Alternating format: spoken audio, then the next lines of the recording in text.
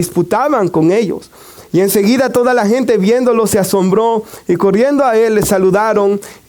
Él les preguntó: ¿qué disputáis con ellos? Y respondiendo uno de la multitud dijo: Maestro, traje a ti mi hijo, que tiene un espíritu mudo, y después Jesús lo llama sordo también, el cual donde quiera que le toma, le sacude y echa espumarajos y cruje los dientes, y se va secando o se va consumiendo, dice otra traducción. Y dije a tus discípulos que lo echasen fuera, y no pudieron. Puede tomar asiento, hermanos.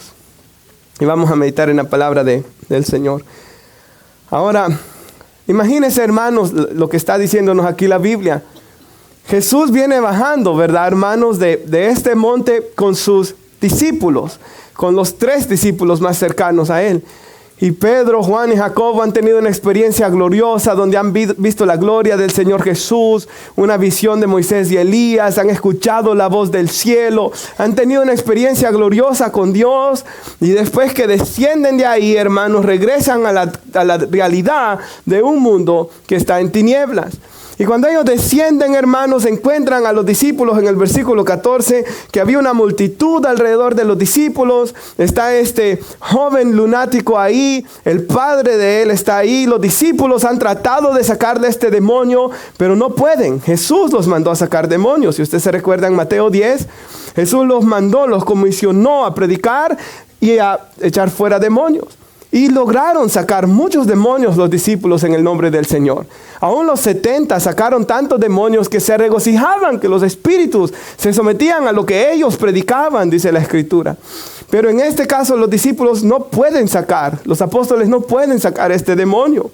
Y usted se puede imaginar, los escribas estaban disputando con ellos. Y yo me imagino, hermanos, porque la Biblia nos dice que los escribas y los fariseos decían cosas bien feas de Jesús.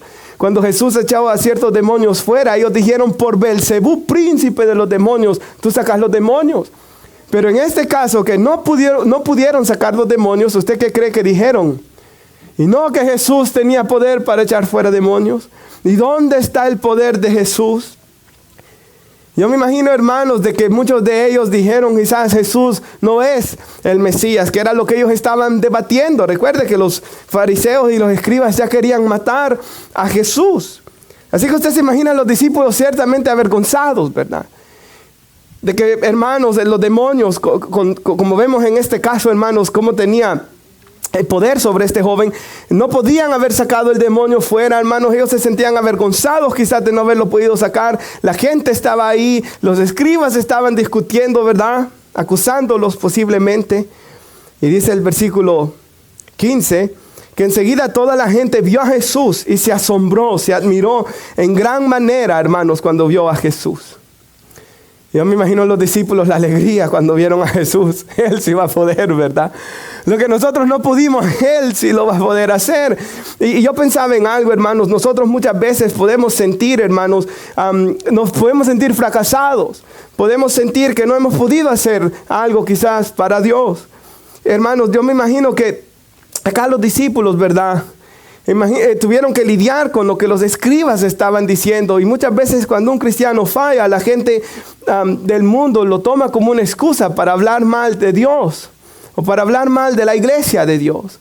Y hermanos, cuando uno se siente en un sentido de fracaso o un sentido desanimado, quizás usted estuvo en la iglesia un tiempo y cayó, o usted falló, porque todos fallamos ciertamente, o algo pasó, hermanos, en el que usted se siente mal. Cuando uno se siente que ha fracasado en algo, dos cosas pueden pasar: o se desanima y se siente uno hasta amargado después, porque hay personas que se sienten amargadas porque han fracasado en su vida. O usted puede ver ese fracaso como algo que lo puede llevar a buscar más a Dios, como algo que le muestra que usted en su poder no puede solo y que necesita poder del que todo lo puede y de aquel que es poderoso para cumplir todo propósito de bondad y obra de fe en nuestras vidas. Hermanos, yo me imagino quizás aplicándolo a nuestras vidas, ellos se sentían fracasados quizás en su servicio a Dios y Hemos escuchado, ¿verdad?, de muchos misioneros, hermanos, de que por años, los primeros misioneros que fueron a la India, por ejemplo, por años, hermanos, 5 años, 10 años, 15 años para bautizar a una sola persona. No me imagino cuántas noches de desánimo ellos sentían al ver la dureza del corazón de la gente en esos lugares.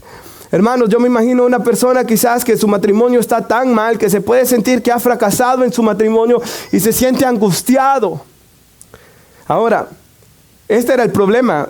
Mateo nos dice, Marcos no lo dice, pero Mateo, contando la misma historia, Mateo nos dice que Jesús les dice a los discípulos que parte de la razón por la cual ellos no pudieron sacar el demonio de este joven es porque ellos tenían poca fe.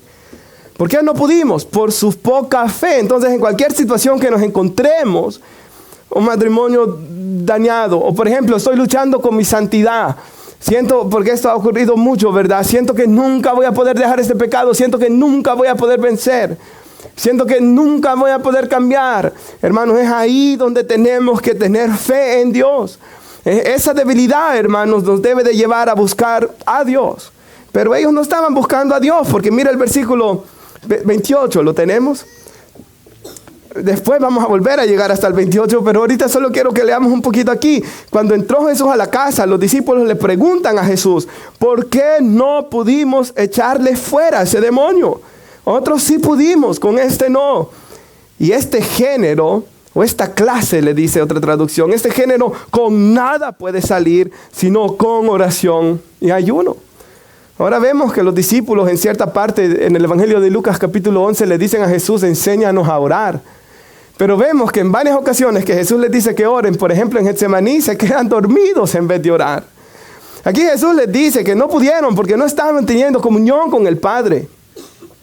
Porque hermanos, sin lugar a dudas, quizás ellos estaban confiando ya en su don, quizá, en lugar de confiar en el poder de Dios. Así que hermanos, cuando nosotros nos vemos débiles o nosotros nos sentimos que hemos fracasado en algo o nosotros nos sentimos desanimados, en vez de amargarnos o de hundirnos más, debemos de buscar a Dios creyendo que Él puede cambiar la situación. Porque vamos a ver que este papá, el padre de este joven, ya no creía. Él le dice, ayúdame en mi incredulidad. Él ya estaba dudando. Él pensaba que su hijo nunca iba a cambiar. Y eso es lo que el diablo quiere. Por eso la Biblia lo llama la batalla de la fe. Porque el diablo sabe que sin fe es imposible agradar a Dios. Por eso es que el pueblo de Israel, cuando andaba en el desierto, siempre estaba dudando de Dios. Y Dios se molestaba por eso, ¿verdad? Dudaban que Dios iba a suplir las necesidades de ellos en el desierto. Dudaban de que iban a poder luchar contra los egipcios. Dudaban y dudaban y dudaban. La duda es un pecado, hermanos. A veces pensamos, ¿verdad? La borrachera es pecado. El adulterio es pecado. Pero la duda de igual manera es pecado. La incredulidad es pecado. Y era lo que estaba sucediendo aquí en los discípulos y era lo que sucedió con el pueblo de Israel en el Antiguo Testamento. Y yo oro que eso no sea lo que esté ocurriendo con nosotros. Versículo 17, ¿lo tiene, hermanos? Los discípulos tratan de sacar el demonio, no pueden. Se sienten avergonzados, los escribas están disputando con ellos. Hermanos, miran a Jesús, se alegran. 16, Jesús les dice, ¿qué disputan con ellos? ¿Qué disputáis con ellos? 17, respondiendo uno de la multitud, dijo, Maestro, traje a mi hijo, que tiene un espíritu mudo.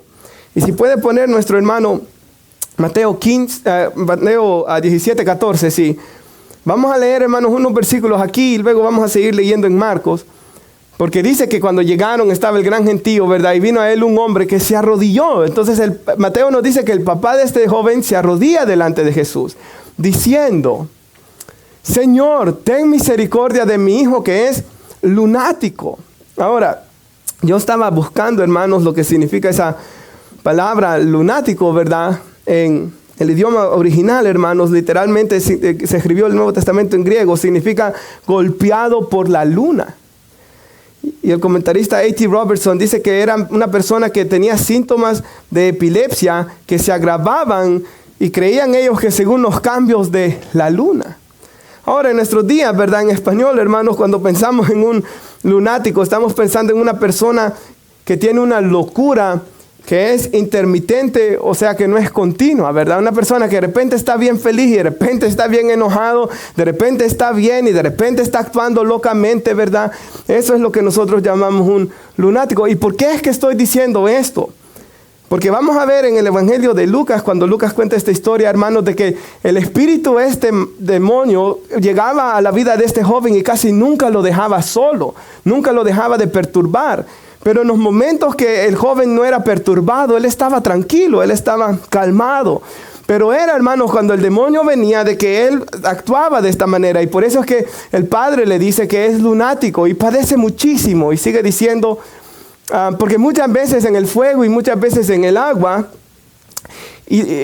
va, ¿verdad? Y lo he traído a tus discípulos y no lo han podido sanar. Ahora lo del fuego y el agua lo vamos a explicar después. Pero mira el versículo 18, ¿lo tiene? Entonces el joven era lunático, ¿verdad? El demonio, el espíritu maligno llegaba a atormentarlo.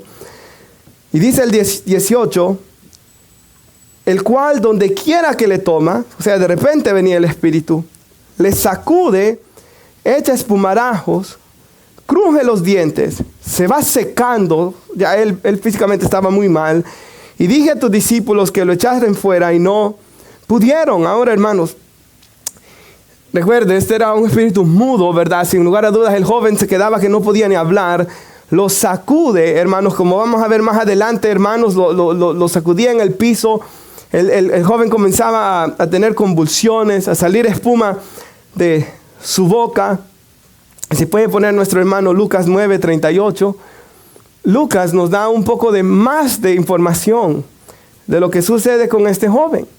Y dice de nuevo que llega el hombre de la multitud, clamó a él diciendo, maestro, te ruego, veas a mi hijo, que es el único que tengo. Entonces Lucas nos da otro detalle de la historia.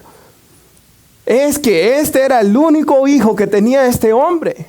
Y usted se puede imaginar el amor que le tenía a su único hijo, hermanos. Él iba a ser el que iba a heredar todo de él. Era tan importante tener un hijo varón en Israel en aquellos tiempos para que la heredad de que se había pasado de familia en familia en familia, esa tierra pudiera pasar a este hijo.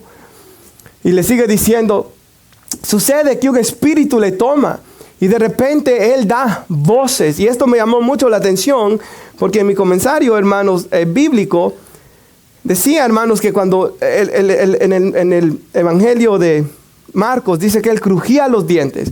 Y aquí da voces, está hablando de como chillidos en tormento. Entonces, hermanos, dice que le sacude con violencia, y esta parte es la más terrible, lo que sigue. Gracias. Y le hace echar espuma, estropeándole, y a duras penas se aparta de él. Entonces usted se puede imaginar, hermanos, el tormento que sentía este niño, ¿verdad? Y ya vamos a hablar desde niño, dice la Biblia, que comenzó esto. Este joven, cada vez que este espíritu maligno venía a atormentarlo. Ahora usted se puede imaginar la aflicción del papá al ver, hermanos, cuando el niño perdía el control, la aflicción, hermanos, como papá, de ver a su hijo en esa condición. Ahora, mire lo que sigue diciendo el 19. ¿Lo tenemos, hermanos? Respondiendo Jesús, ¿verdad? Respondiendo él les dijo, y yo, a primera vista se ve como que, ¿por qué respondió así el maestro? Oh generación incrédula y perversa, dice que Mateo y Lucas que añade Jesús. Oh generación incrédula, ¿hasta cuándo he de estar con vosotros? ¿Hasta cuándo os he de soportar? Traédmelo. Vemos que el Señor, hermanos, le molestó grandemente la incredulidad de todos los que estaban ahí presentes. Los escribas eran incrédulos. Cuando la Biblia, Jesús dice que la generación, ¿verdad? Los contemporáneos de cuando Él vino a la tierra, la gran mayor parte eran incrédulos. Pero ¿sabe a quién también reprende Jesús aquí? A sus discípulos. Hermanos, el Señor se sentía, ¿verdad? Reprende a todos por causa de su incredulidad. Ahora mira el versículo 20, ¿lo tenemos? Y dice que se lo trajeron, dice, a Él. Y cuando el Espíritu vio a Jesús, usted se imagina, ahí está Jesús y el niño lo ve, el muchacho, ¿verdad? Ve a Jesús.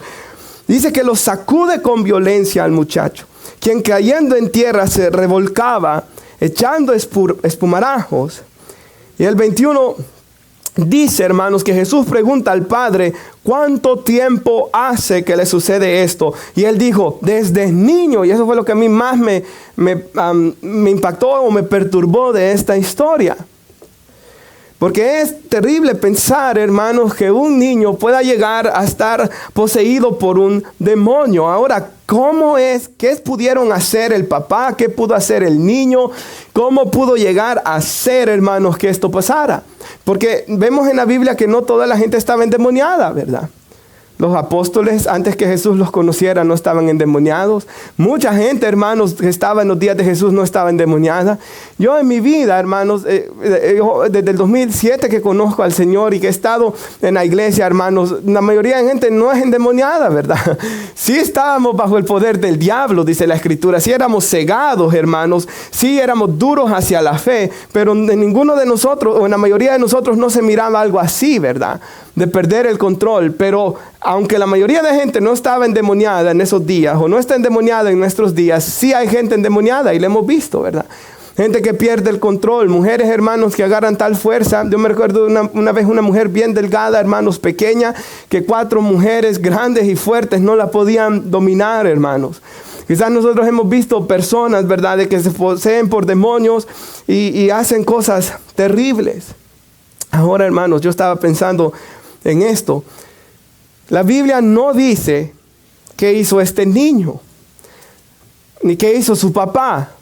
Por ejemplo, el endemoniado Gadareno, ¿se recuerda el que andaba en las tumbas y que tenía más de una legión, más de 6,000 demonios? La Biblia no nos dice, hermanos, qué fue lo que él hizo para llegar a endemoniarse.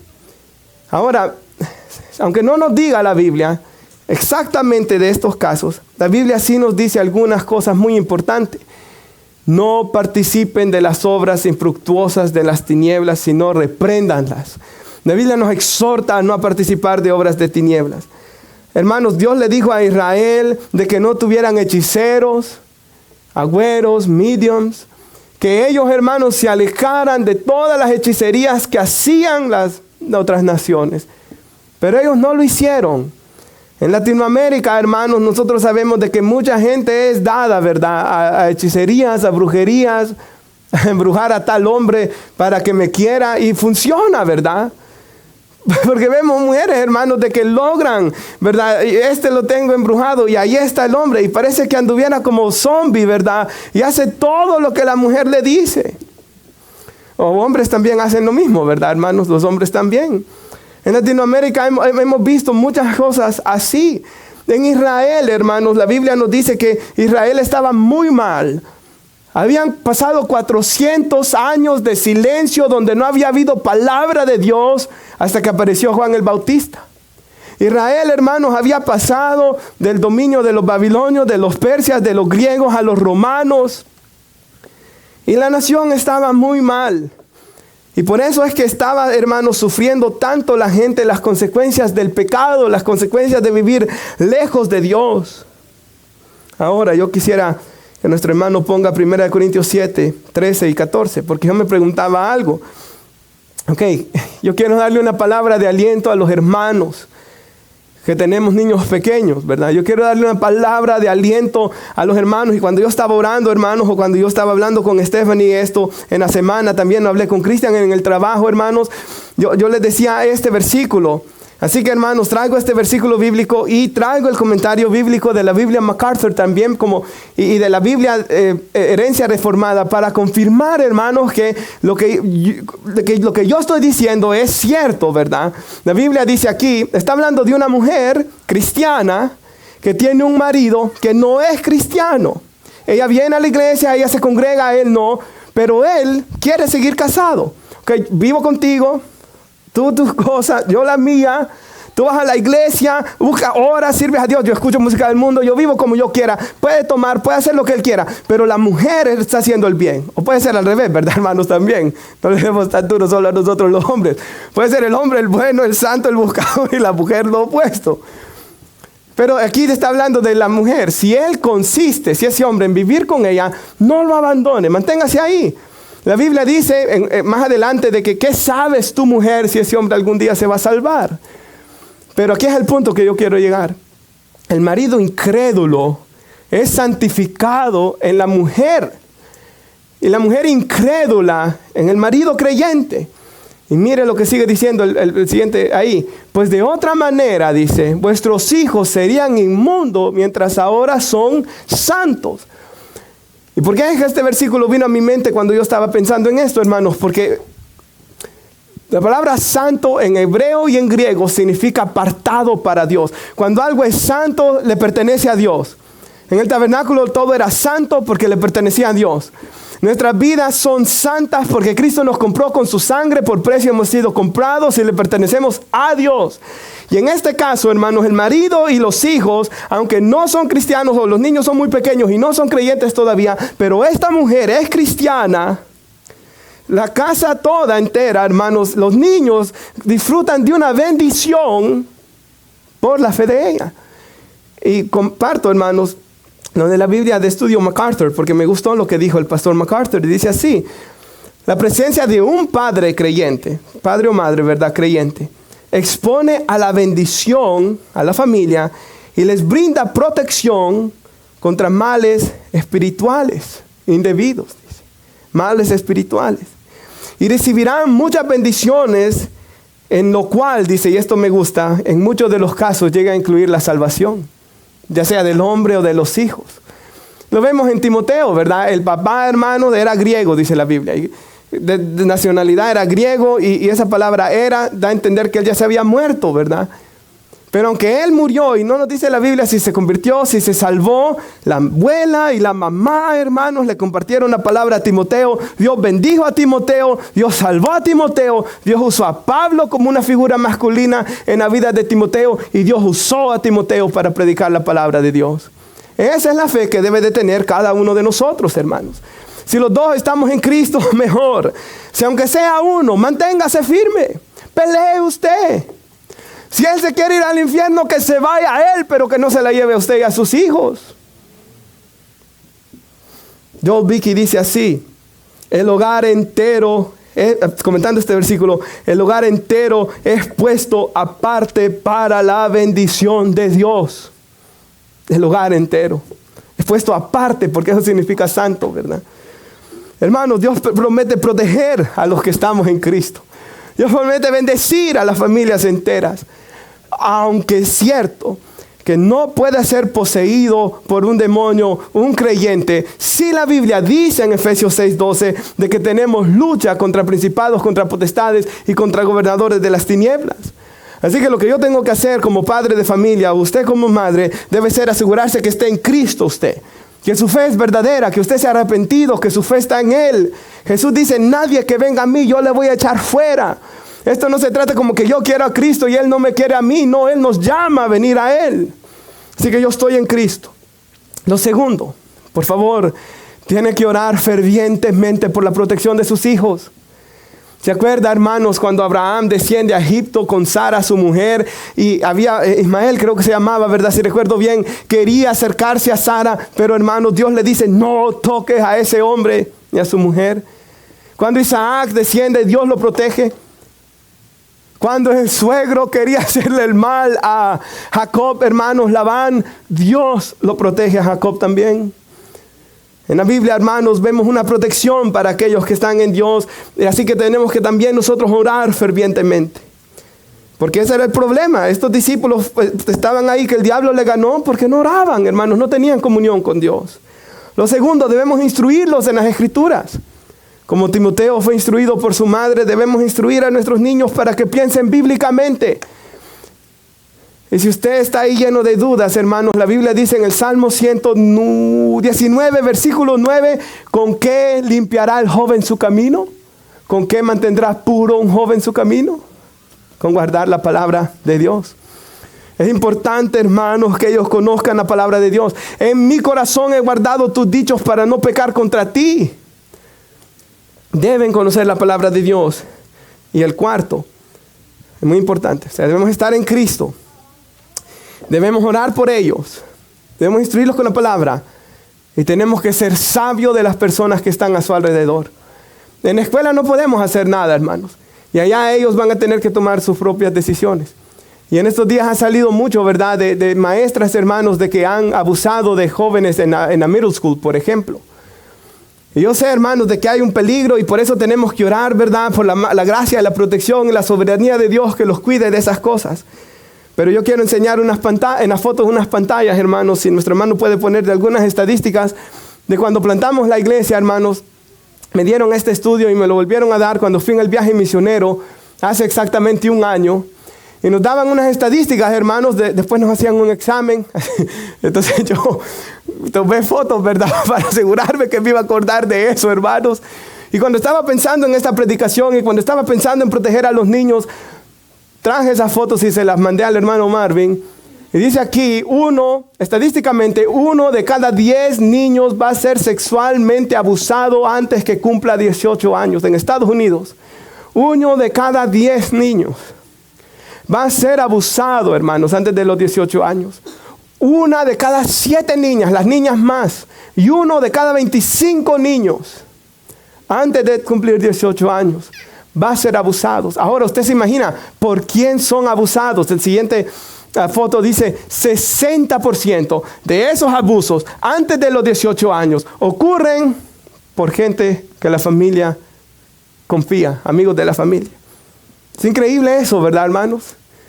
Ellos son los que lentamente tratan de seducir a los niños, a las niñas. Lentamente tratan de tocarlas. Lentamente tratan de andar ahí perversamente.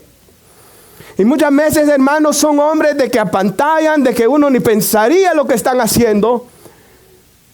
Y luego sale a la luz, hermanos, los diablos que eran en realidad. Pero mire el siguiente. 30% son abusados por sus propios familiares. Puede ser el papá, puede ser un hermano mayor a veces, puede ser un tío. Entonces, ¿qué es lo que estoy diciendo, hermanos? El diablo no respeta niños, ¿verdad? No respeta niños. Y nosotros, hermanos, somos llamados a cuidarlos, a velar por ellos. Y yo les he exhortado, hermanos, tengan cuidado de dejarlos ir a dormir a las casas de los compañeros. Porque usted no sabe lo que va a ocurrir ahí. Hermanos, cuando yo me recuerdo ser un adolescente, yo no iba a dormir a la casa de mis compañeros, gracias a Dios.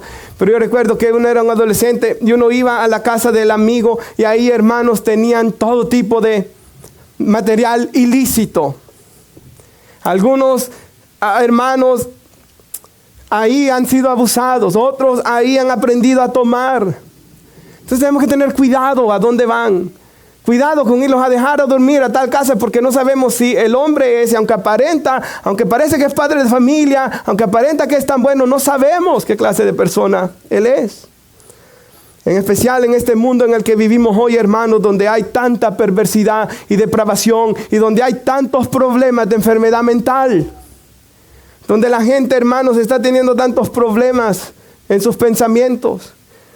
Ahora sabemos que el diablo opera en la mente también, hermanos. Y sabemos que, hablando con toda la sinceridad, muy poca gente tiene la mente de Cristo. Muy poca gente lee la Biblia. Aún cristianos a veces no saben casi de la Biblia. ¿Qué vamos a esperar del que no conoce a Dios? Versículo 22. ¿Qué es lo que hemos aprendido aquí? Esos 4 puntos, ¿verdad? Con nuestros hijos, estemos en Cristo por una protección espiritual. Oremos por ellos, instrugámoslos en la Biblia y tengamos cuidado de gente perversa, hermanos. Tengamos cuidado de gente, ¿verdad? Si no los conocemos bien, tengamos un cuidado, hermanos, siempre. 22, lo tenemos. Muchas veces le echa en el fuego, hermanos. El demonio este. O sea, imagínense que en Israel, estaba leyendo yo, hermanos, de que en el contexto histórico en Israel había muchas como fogatas, mucha gente ponía fuegos. Estaba el Gehenna, ¿verdad? Que eventualmente se le llamó infierno, un lugar donde quemaban basura. Entonces, hermanos, si el niño miraba fuego, el demonio lo hacía lanzarse al fuego. Si miraba agua, el demonio lo hacía tratar de ahogarse. Y en nuestros días, hermanos, nosotros sabemos y hemos escuchado de niños que dicen que escuchan voces que se quitan la vida. Que escuchan voces perversas. Ahora, hermanos, usted se puede imaginar este niño, ¿verdad? Con sus quemaduras. Por eso es que el pasaje bíblico dice que se estaba consumiendo él. Versículo 22 dice que el Señor, el papá le dice, pero si puedes hacer algo por él, ten misericordia de nosotros y ayúdanos. Mira el 23. ¿Lo tenemos, hermanos? Jesús le dijo, espero que su mente esté aquí, ¿verdad, hermanos? Jesús le dijo, si puedes creer, porque el Señor sabía que ese era su problema. El que cree, todo le es posible. ¿Sabe cómo es el mundo, verdad? Que las mujeres van a hacer esa hechicería para que ese hombre se enamore de ellas. Y creen que va a funcionar. Y funciona, porque el diablo tiene su poder. ¿Cuántos no más vamos a creer a Dios y a sus promesas, que Él es el Todopoderoso y más grande que el que está en el mundo? No deshonra a Dios cuando no estamos confiando en Él y en sus promesas. Eso era lo que estaba pasando aquí. Todos estaban deshonrando a Jesús. Y quisiéramos decir que nosotros nunca le hemos deshonrado, pero también ha habido momentos de flaqueza, también ha habido momentos de los que nos hemos de arrepentir, ¿verdad? Por no confiar en Dios como debemos. Versículo 24. Bueno, Jesús le dice, al que cree todo le es posible. E inmediatamente el padre del muchacho clamó. Y me gusta como él dice, creo, ayuda a mi incredulidad. El hombre se humilla. Creo, Señor, ayúdame en esta incredulidad. Y el corazón contrito y humillado, Dios no lo desprecia, ¿verdad, hermanos?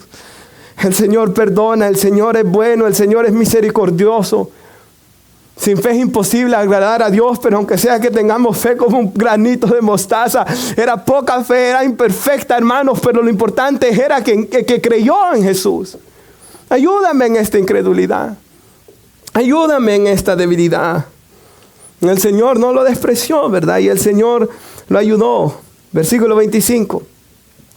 Cuando Jesús vio que la multitud se agolpaba, llegó la gente, ¿verdad? Reprendió al espíritu inmundo, diciéndole, espíritu mudo y sordo, yo te mando, sal de él y no entres más en él. Y eso es muy importante. ¿Por qué, hermanos? En otro pasaje de la Biblia Jesús nos dijo que cuando un demonio sale de una persona, va a andar en lugares secos y vacíos. Y después dice que él está pensando en regresar a la persona. Después de un tiempo va. Y si encuentra esa casa vacía, dice que va a agarrar, ¿cuántos? 7 espíritus peor que él. Y se meten en la persona. Y el estado de esa persona llega a ser 7 veces peores que al principio. Y que nosotros hemos conocido personas, hermanos, que después 7 veces peores son. Pero Jesús le dice aquí, no entres más en él. Y por eso la importancia que nosotros estemos en Cristo. Y por eso la importancia que nosotros estemos sellados con el Espíritu Santo. Y por eso la importancia, hermanos, de que nosotros, ¿verdad? El Espíritu de Dios, el sello de Dios, la gracia de Dios esté sobre nuestras vidas. Jesús dice que Él es el buen pastor que cuida de sus ovejas. Y así como el pastor cuidaba que no llegaran los lobos, que no llegaran, hermanos, los osos o los leones, el Señor es quien cuida de los que están en Él. Versículo 26. Entonces el espíritu, ¿verdad? El demonio ese, clamando con violencia, lo sacude a él, ¿verdad? Sacudiéndole con violencia. Salió y el muchacho quedó como muerto. De modo que muchos decían, está muerto. Pero Jesús, tomándole de la mano, le enderezó y le levantó. Y me llamó la atención, hermanos, que la palabra griega que se usa para le levantó es la misma que se usa para resucitar. O sea, le dio vida otra vez Jesús. El demonio lo dejó, hermanos. Recuerde que él se ha estado revolcando, que él ha estado convulsionando, que él ha estado echando espuma, que todo esto está pasando en él. Pero el Señor llega, hermanos, y lo levanta. Y el joven se sana. Y ahí queda la historia con ellos. Pero yo me imagino, hermanos, la alegría, el joven, de saber que ese espíritu ya no más lo iba a llegar a atormentar. Que Jesús dijo, no vuelvas más. Y que él ya no tenía que ser atormentado. Y hermanos, nosotros no tenemos que ser vencidos por Satanás. Quizás usted diga, mi carácter es tan horrible. No tiene que ser así. Yo todo el tiempo estoy con depresión. No tiene que vivir así. Mi situación está tan mal. No siempre tiene que estar así. Dice, bueno, el joven, ¿verdad? Y el padre, yo me imagino la alegría de recibir a un hijo, ¿verdad? 28, ¿lo tenemos, hermanos? Ahora llegamos al final, ¿verdad? Dirá usted. Pero la conclusión va a ser un poco larga, hermanos. Vamos a ver un par de versículos. Pero miren lo que dice el 28, ¿lo tenemos? Cuando él entró en la casa, se acercan los discípulos, ¿verdad? Los discípulos no lo dejaban ir, hermanos. ¿Por qué nosotros no pudimos echarle fuera? Y no lo dice aquí Marcos, pero Mateo, cuando recuerda el episodio, Mateo dice que lo primero que Jesús les dice, por causa de su poca fe, no confiaron en mí, no creyeron en mí. Cuando comenzó a hacerse difícil la cosa, hermanos, desconfiaron en lo que Jesús les había dicho. Pero dice también el 29, aparte este género, les dijo Jesús, esta clase de demonio, como comenta el hermano John MacArthur, hay demonios que son más potentes y se resisten más a salir y que no tan fácil salen. Ese demonio era de esos. Con nada puede salir, dice Jesús, sino con oración y ayuno. Que la persona, hermanos, o sea, lo que le faltó a los discípulos aquí fue fe y comunión con Dios. Estaban sin Jesús, hermanos, les faltó la fe, no tenían esa confianza y por eso, hermanos, no pudieron. Ahora la pregunta es, ¿cómo está nuestra vida, verdad, hermanos? ¿Cómo está nuestra confianza en Dios? ¿Cómo está nuestra fe? Pregúntese usted, hermanos, ¿qué es lo que a usted, qué es lo que a mí me agobia? ¿Qué es lo que me preocupa? ¿Qué es lo que en la noche estoy pensando? ¿Qué es lo que me roba el gozo durante el día cuando ando caminando? Creo que Dios puede cambiar eso. Creo que Dios puede hacerlo. Y sabe, hermanos, basado en mis propias luchas, ¿verdad? En mis propias dudas, por así decirlo. Porque yo batallé también con esto, ¿verdad, hermanos? Mire lo que dice, lo puede poner el hermano tal vez en las pantallas también, Lucas 11. Si usted quiere buscarlo en la Biblia, puede también. Si no, en las pantallas, Lucas 11. Y si lo puede poner en la Nueva Biblia de las Américas, hermano, por favor. Lucas 11, 5. La Nueva Biblia de las Américas traduce esto de una manera más fácil de entender. Porque, bueno, mire cómo lo dice. También les dijo, supongamos, dice Jesús. Imagínenselo. Y lo hemos leído varias veces, yo sé, aquí en la iglesia. Pero el punto es, ¿lo estamos obedeciendo, hermanos? Porque Dios me hablaba a mí en esto. Supongamos que ustedes tienen un amigo que va a la medianoche y le dice, un amigo con el que uno tiene confianza, amigo, préstame 3 panes. Porque un amigo mío ha venido de viaje a mi casa y no tengo nada que ofrecerle. Y aquel desde adentro dice que responde, no me molestes. ¿A quién le gusta que lo levanten en la mañana, hermanos? ¿A quién le gusta que lo levanten a las 12 o a la 1? O a las 2, o a las 3. A nadie, ¿verdad? A mí solo una vez me ha pasado esto. De que eran, creo que la 1 o 2 de la mañana. Y Stephanie me despierta y me dice, está pegándole a alguien a la puerta. Y era un hombre que fumaba mucho en la casa de enfrente. Y uno, ¿y qué podrá querer este señor a estas horas? Entonces ya la puerta está cerrada, le grita desde adentro. Y mis hijos y yo estamos acostados. No puedo levantarme para darte nada. Pero después comienza, ¿verdad? Cuando uno ha pecado, uno ha dicho algo indebido, después uno siente el remordimiento. Aunque no se levante a darle algo por ser su amigo. No obstante, por su importunidad. Y me encanta, hermanos, lo que esta palabra, porque recuerde que el Nuevo Testamento fue escrito en griego, significa... O dice así el comentario de la Biblia MacArthur, palabra griega que evoca ideas de urgencia. O sea, importunidad. Aquel se sentía que estaba en una gran urgencia. Venía a visitas y no tenía nada. Y como en aquellos tiempos no había teléfonos ni mensajes de texto, hermanos, él no sabía, de repente le llegó. Ok, sentía urgencia. Oramos con urgencia nosotros. Audacia. Insistencia. De nuevo, él tuvo el valor de ir a hablarle al otro. La insistencia, la urgencia, la tenacidad. Y mire lo que dice el comentario bíblico. Esta palabra griega era usada para un mendigo desesperado que persistía en pedir.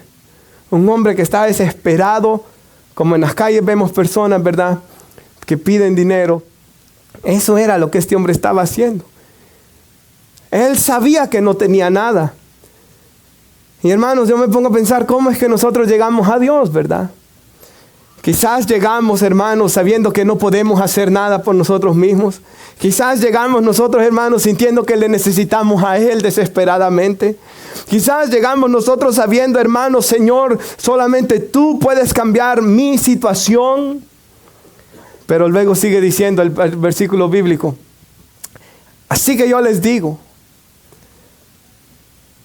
pidan y se les dará. O sea, Dios nos está diciendo a nosotros que le pidamos, hermanos. Lo que está diciendo aquí Jesús es que cuando nosotros pedimos a Dios, no es como esa persona que llegó a medianoche y que no queríamos que nos pidiera. No, Él quiere que pidamos. Él busca que su pueblo ore. Pidan y se les va a dar. Busquen y van a hallar. Llamen y se les abrirá. Porque todo, y Jesús lo promete, hermanos, todo el que pide va a recibir. El que busca va a hallar. El que llama se le abrirá. Y luego dice Él, hermanos, y Él sube aún más, como para que de verdad lo entendamos, como para que de verdad lo creamos. Supongamos que uno de ustedes que es padre. Y yo pensaba en mí, hermanos. Y yo estaba pensando esto. Cuando yo oro, ¿será que yo estoy orando, verdad? ¿O será que yo tengo con Dios la misma relación que tengo con mi hijo? Porque cuando Él pide agua, tengo sed, ¿verdad que uno mismo siente algo dentro que uno tiene que darle agua, no quiere darle agua, uno no quiere que Él tenga sed? Cuando Él llega a pedir comida, si usted está comiendo algo bien rico, hermanos, y está ya quedando la última parte de eso bien rico, yo soy de esos que dejo la mejor parte para el final siempre, hermanos, no sé por qué hago así. Así soy yo. Y cuando como pizza, hermanos, comienzo por el crust y voy a terminar en lo último. Y entonces, hermanos, uno va dejando la parte más rica y llega, ¿verdad? Y uno lo da. ¿Quién de ustedes que es padre, si su hijo le pide pan, le dará acaso una piedra? Esta semana, hermanos, salimos a caminar en el bike trail con mi hijo y de repente vi que unas personas pararon, iba solo yo con él, ¿verdad? En el carrito, que es como una bicicleta que uno lo lleva, y vimos una serpiente, hermanos, que casi detenía todo, que cubría todo el bike trail, y la gente estaba así. Y vino a mi mente esto. ¿Le daremos una serpiente, hermanos, a un hijo de verdad? No. Cuando nos fuimos en Chick-fil-A, ¿verdad? Aunque no le tratamos de dar mucho a la semana eso porque sabemos que no es muy bueno, pero que sea una vez a la semana lo llevamos. O quizás no, ¿verdad? Pero yo sí. No le vamos a dar algo malo. Y sigue diciendo. Ahora, mire qué interesante lo que ha dicho Jesús. Pan, pez y huevo. Cosas que ellos necesitan para comer. No está hablando él de dar caprichos. No está hablando Él de malcriar. No está hablando Él de darles algo que va a ser para su mal. Algo que va a ser para su bien y su crecimiento. Hermanos, ese es Dios. Toda buena dádiva y todo don perfecto viene de Él. Que los que le amamos, Él va a hacer que todo obre para bien. Martin Lloyd Jones dijo, le doy gracias a Dios por las puertas que Él ha cerrado en mi cara. ¿Cuántas veces uno quería algo, hermanos, y después con los años uno ve atrás y dice, gracias que Dios no lo dio? Si pide un huevo, ¿acaso le dará un escorpión? Es inimaginable. Entonces dice el Señor después, pues si ustedes siendo malos saben, como nos llama Dios a nosotros, saben dar buenas dádivas a sus hijos, cuanto más el Padre Celestial dará el Espíritu Santo a los que se lo pidan. Ahora, este dicho Jesús lo dice 2 veces, lo dice en Mateo 7, en otro contexto. Y Él dice, el Padre va a dar buenas dádivas, va a dar buenas cosas a los que le pidan. El Padre nos puede dar muchas buenas cosas, pero no hay nada mejor como su Espíritu, ¿verdad? Y si Él nos puede dar su Espíritu, hermanos, ¿cómo no nos puede dar cualquier otra cosa? Y un último, Romanos 8:31. Hermanos, cuando nosotros oramos, por ejemplo, ¿y saben por qué vinieron estos versículos a mi mente? Porque yo estaba orando esta semana, ¿verdad? Y estaba orando, hermanos, que yo quiero ser lleno del Espíritu de Dios. Y en mi mente esto era lo que estaba pasando, hermanos. Que yo he tenido momentos en mi vida cristiana donde he estado, hermanos, donde me he sentido bendecido y gozoso. Pero también he tenido momentos, hermanos, donde, como dice Efesios 2, llegué hasta perder mi primer amor. Entonces, hermanos, pensando en esto, hermanos, y deseando uno vivir, ¿verdad, hermanos? Aquí, y eso fue lo que prediqué el viernes, ser lleno del Espíritu Santo. Lo oramos ayer en el ayuno, ¿verdad? Nuestro deseo es ser llenos del Espíritu de Dios. Pero yo mismo me puse a pensar, ¿cómo se lo pido a Dios? ¿Se lo pido como que Él se está haciendo el de rogar, el que no me lo quiere dar? ¿O se lo pido como mi hijo me pide algo a mí? Y ahí, hermanos, donde el Espíritu Santo me hablaba a mí. ¿Cómo estoy orando? ¿Con qué ojos estoy viendo a Dios? Porque Él no es un papá malo como usted y como yo, que fallamos, está diciendo aquí. Él es bueno. Él, hermanos, solo buenas cosas tiene. No hay lugar más seguro para el cristiano que en oración delante de Dios. Ahora la pregunta es, hermanos, si mi corazón descansa delante de Dios. Si mi corazón descansa en el amor de Dios. Y dice acá, en el contexto que todo obra para bien, hermanos, de que Dios quiere hacernos como su Hijo Jesús. Dice aquí, ¿qué diremos a esto? Si Dios está por nosotros, ¿quién contra nosotros? Dios, hermanos, es por usted y es por mí. Porque Jesús dijo ahí, ¿verdad? Si ustedes siendo malos dan buenas cosas a sus hijos. Yo no creo que haya un papá que quiera que su hijo tenga la misma vida que él tuvo. No, todos queremos que la niñez de ellos sea mejor que la de nosotros. Porque uno se vuelve a ver en ellos, ¿verdad? El mío se llama igual a mí, hermanos, en gran parte por eso. Uno quiere que la niñez de ellos sea mejor. Ellos no quieren que sufran quizás lo que uno sufrió. Uno quiere que ellos sean un mejor hombre o una mejor mujer. Uno quiere que ellos tengan mejor. Que conozcan más a Dios. Que adoren mejor a Dios. Ahora, hermanos, Dios es por nosotros. El que no negó ni a su propio Hijo. Él lo entregó por todos nosotros. ¿Cómo no nos dará justamente con Él todas las cosas? Él dará su espíritu, Él dará una buena dádiva, Él dará lo que Él sabe que nosotros necesitamos. Y sigue diciendo todavía, ¿quién acusará a los escogidos? Yo sé que ocurre mucho en nuestra vida cristiana que estamos luchando con algo que vencer. Yo hacía una pequeña broma el otro día, ¿verdad? De que había un hermano que decía, pastor, no aquí en la iglesia, ¿verdad? Pastor, mi esposa tiene un carácter peor que María Magdalena cuando usted estaba atormentada por esos 7 demonios. Y quizás esa hermana se siente acusada. Quizás ese hombre, hermanos, que no puede vencer ese pecado, está ahí, sintiéndose, porque hermanos, la conciencia acusa, Satanás acusa. Y acá, por eso dice la Biblia en Hebreos 9:14 que la sangre de Cristo limpia nuestras conciencias. Porque el diablo acusa en la conciencia, el demonio acusa en la conciencia. Nuestra conciencia misma nos acusa, dice la Biblia, cuando hacemos el mal. Pero ¿quién, si se ha arrepentido, si está en Cristo, quién lo podrá acusar si Dios lo ha justificado?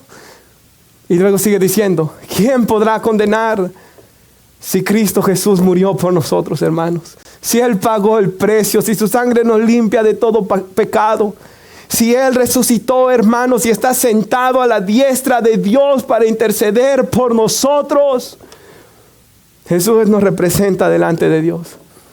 Saben, en el antiguo tiempo, hermanos, en el tiempo de los 1700, donde se levantaron todos esos hombres de Dios y los avivamientos, ellos decían una frase que a mí me encanta. Ellos decían, cuando yo oro, Cristo toma mis oraciones y las purifica.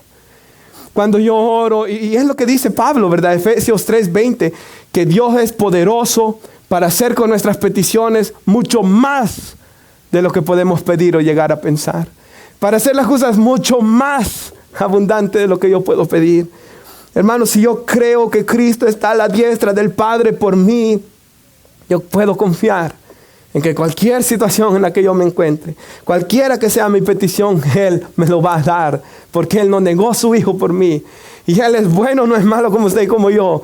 ¿Cómo no va a dar buenas cosas y su Espíritu a los que se lo pidan? Nos ponemos de pie y oramos, hermanos.